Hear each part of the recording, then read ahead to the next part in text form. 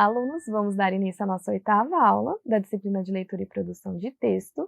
E, novamente, nós vamos fazer uma retomada dos conceitos que nós vimos nas outras aulas. Começando pelo básico, então, nossa concepção de língua, sujeito e texto. Nós entendemos língua como esse local de interação e o sujeito como esse indivíduo que ele é ativo, que ele se utiliza do sistema, da estrutura da língua, essa estrutura linguística, para produzir dentro dessa situação de interação. Então, ele não é passível do sistema e também não é passivo das ideologias. Ele é esse sujeito ativo que trabalha tanto com uma ideologia, com os significados do mundo, com o conhecimento e com a estrutura linguística. Nesse sentido, o texto é essa materialização, esse processo da interação. Então, é a partir do texto que nós entendemos essa atividade do sujeito dentro da língua. Também, nas aulas anteriores, nós discutimos um pouquinho sobre a dicotomia fala e escrita.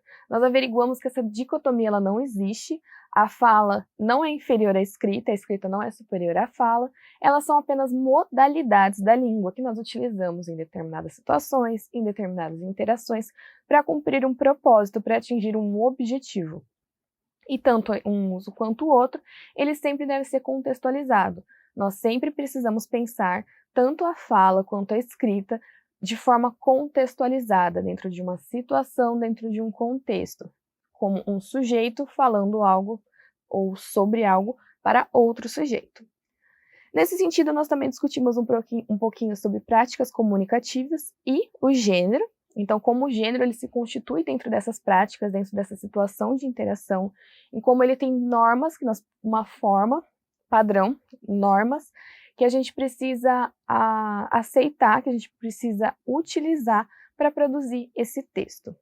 E essas normas elas se dão tanto no âmbito da fala quanto da escrita, porque, de novo, não há essa dicotomia, uma não é melhor que a outra, uma não é transcrição da outra, elas são modalidades da fala que nós utilizamos.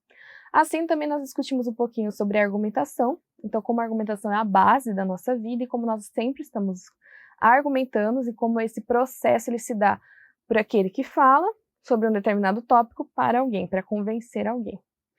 E na aula anterior, especificamente, nós discutimos um pouquinho sobre como fazer essa argumentação, quais são as estruturas dessa argumentação, as estratégias de escrita que nós utilizamos. Então, a argumentação ela deve ter um início, um meio, um desenvolvimento e uma conclusão. E tudo isso tem que estar muito coeso.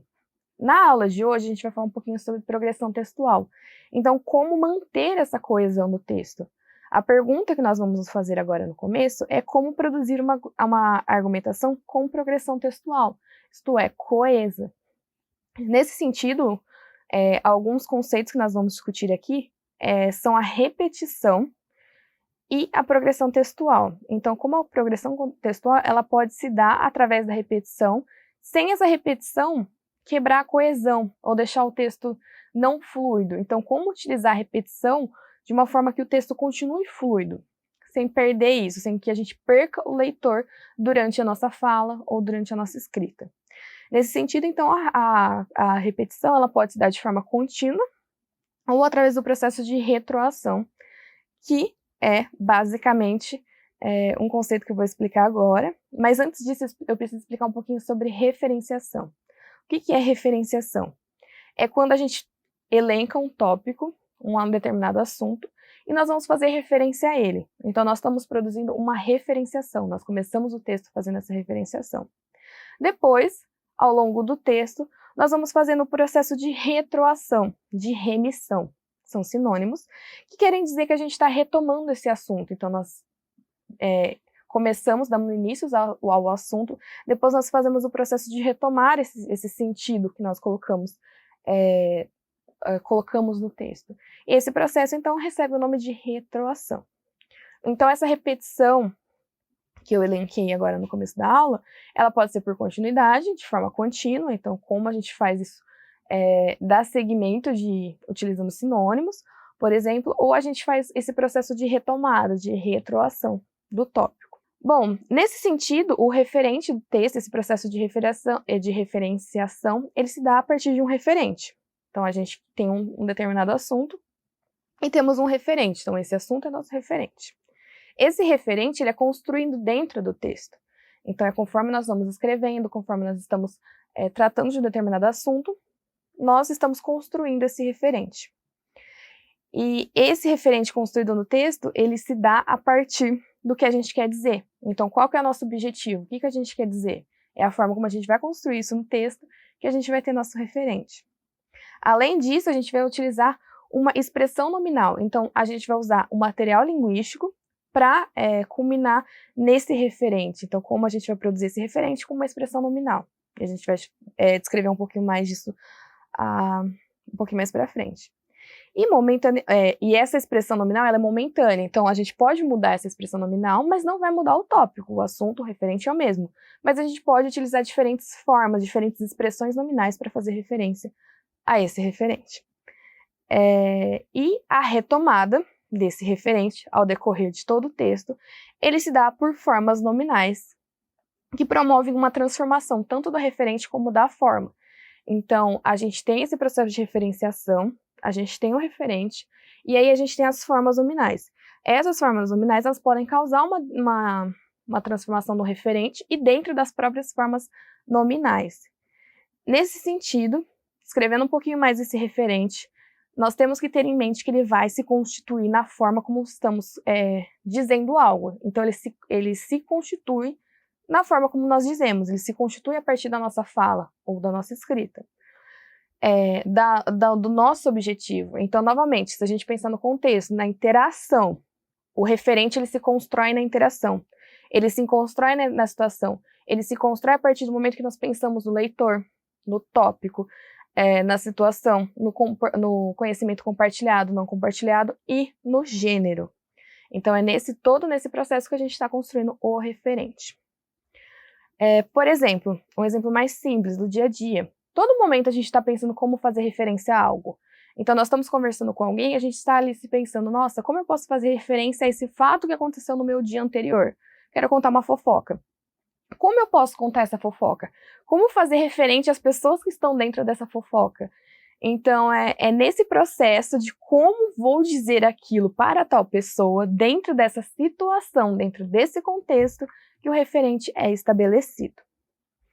Nesse sentido, então, eu vou retomar um pouquinho as formas nominais dos referentes. Então, como esse referente se concretiza pensando em elementos linguísticos? Ele pode se concretizar através de pronomes, então a gente pode usar um ela, viu. Isso tudo está fazendo referência a uma determinada pessoa. Por exemplo, estou contando uma fofoca. Quero falar sobre uma determinada pessoa dentro dessa fofoca. Você pode usar o ela, o ele, o viu, o via. Tudo isso, de alguma forma, está retomando, está fazendo referência a esse referente. Outra forma é utilizar os numerais. Então, por exemplo, uma pessoa, um tema. Então, utilizar esse tipo de numeral, você está retomando o referente. Ou, por exemplo, a segunda pessoa, a segunda colocada. Todos esses numerais, eles estão retomando um determinado referente que faz referência ao tópico. Por fim, a gente também pode recuperar isso através de elipses, que seria a não realização, né, da referência, mas a referência ainda se constitui ali. Por fim, eu gostaria de trazer uma citação, que essas formas nominais, elas servem para denominar ou categorizar as coisas do mundo de acordo com o nosso modo de compreendê-las. Então, novamente, é a partir da situação, a partir de como eu quero dizê-la que aquela coisa se constitui. Ou seja, a escolha das formas nominais não são aleatórias nem neutras, mas estão atreladas ao nosso projeto enunciativo, aos interesses no jogo interacional. Então, novamente, se a gente pensar que a interação, que o texto tem por base a argumentação, e essa argumentação é eu querendo convencer a outra pessoa de um determinado ponto de vista, as formas nominais, elas não são neutras. Eu escolho elas tendo em vista o meu ponto de vista, tendo em vista o processo que eu quero fazer para convencer o outro. Então, elas estão permeadas desses valores que eu estou colocando na forma. Ela não é aleatória, ela é muito bem pensada. Mesmo que pareça aleatória, se a gente pensar, por exemplo, numa fala, em um contexto informal. Mesmo nesse caso, ela não vai ser aleatória. Então, pensando um pouquinho mais sobre essas formas nominais, o que elas podem representar dentro do texto. A gente pode colocar que essas formas, elas apresentam e reapresentam o referente à medida que o texto avança. Então, essa foi uma função básica. O referente serve para apresentar e depois reapresentar e retomar aquele referente que a gente está falando sobre. Então, o processo de referenciação, o tópico que nós escolhemos para estar tratando.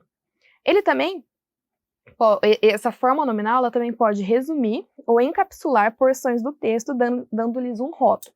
Então, por exemplo, a gente está descrevendo uma ideia, um determinado tópico, essa ideia, uma ideia. Então, quando a gente está dando sequência no texto, para não ter que ficar explicando a ideia como um todo, a gente utiliza essa ideia. Então, a gente pega uma porção maior de texto e está resumindo isso a uma forma nominal, essa ideia. Então, por exemplo, eu estou tratando sobre o meio ambiente, uma coisa que a gente estava falando na outra aula sobre um possível tópico. Então, a gente está falando sobre as mudanças climáticas no meio ambiente, e aí a gente está descrevendo essa ideia de que essas mudanças são causadas pelo capitalismo. Então, a gente tem essa ideia e está argumentando em prol dessa ideia. Para o texto não ficar muito repetitivo e toda vez ter que ficar repetindo que a mudança climática se deve pelo capitalismo, nós utilizamos essa ideia. Então, isso está retomando uma porção maior de texto de uma forma mais concisa para evitar esse truncamento que gera quando a gente fica repetindo muito um determinado termo, uma determinada frase, por exemplo. E por fim, essa forma nominal ela também pode marcar cognitivamente o parágrafo e orientar argumentativamente num dado sentido. É um pouco a ideia anterior. Então, se eu estou descrevendo uma ideia, estou descrevendo um estudo, por exemplo, a minha argumentação, o desenvolvimento da minha argumentação tem por base um determinado estudo que ocorreu.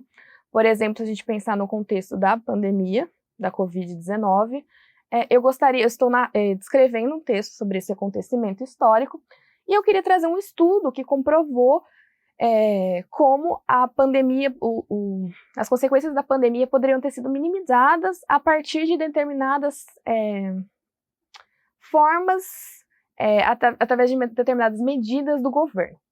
Então, eu estou descrevendo esse estudo, trouxe quem são os autores, trouxe os objetivos, resumi os dados, né, as conclusões que o estudo chegou. E aí eu quero dar continuidade no meu texto, eu quero retomar a ideia que eu trouxe na introdução, eu quero retomar o meu ponto de vista e explicar por que esse estudo é tão importante para o meu ponto de vista. Então, o que eu faço? Eu inicio um novo parágrafo com o estudo. Então, esse resumo que o estudo faz, ele marca cognitivamente todo um parágrafo, porque você está marcando que você está fazendo referência ao estudo, e você está orientando a sua argumentação em prol daquele estudo, em prol do seu ponto de vista, e como aquele estudo vai defender o seu ponto de vista. Dando sequência, então, agora a gente vai falar um pouquinho sobre sequência textual. E o que é essa sequência textual?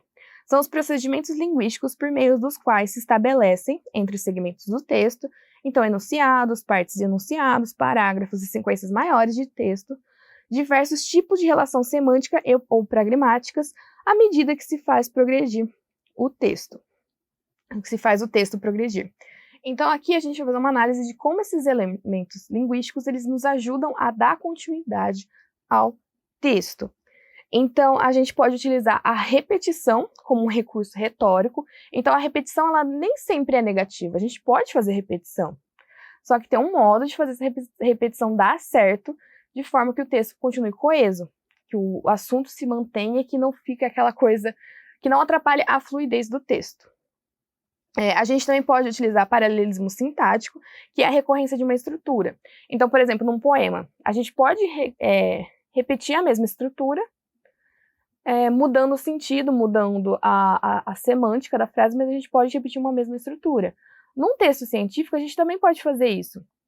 Só que tem que tomar cuidado, pensando nas questões do gênero, como isso vai ser recebido por um leitor, que, por exemplo, é um leitor que faz parte da academia, que é um pesquisador, como isso não vai afetar a linguagem científica do seu texto.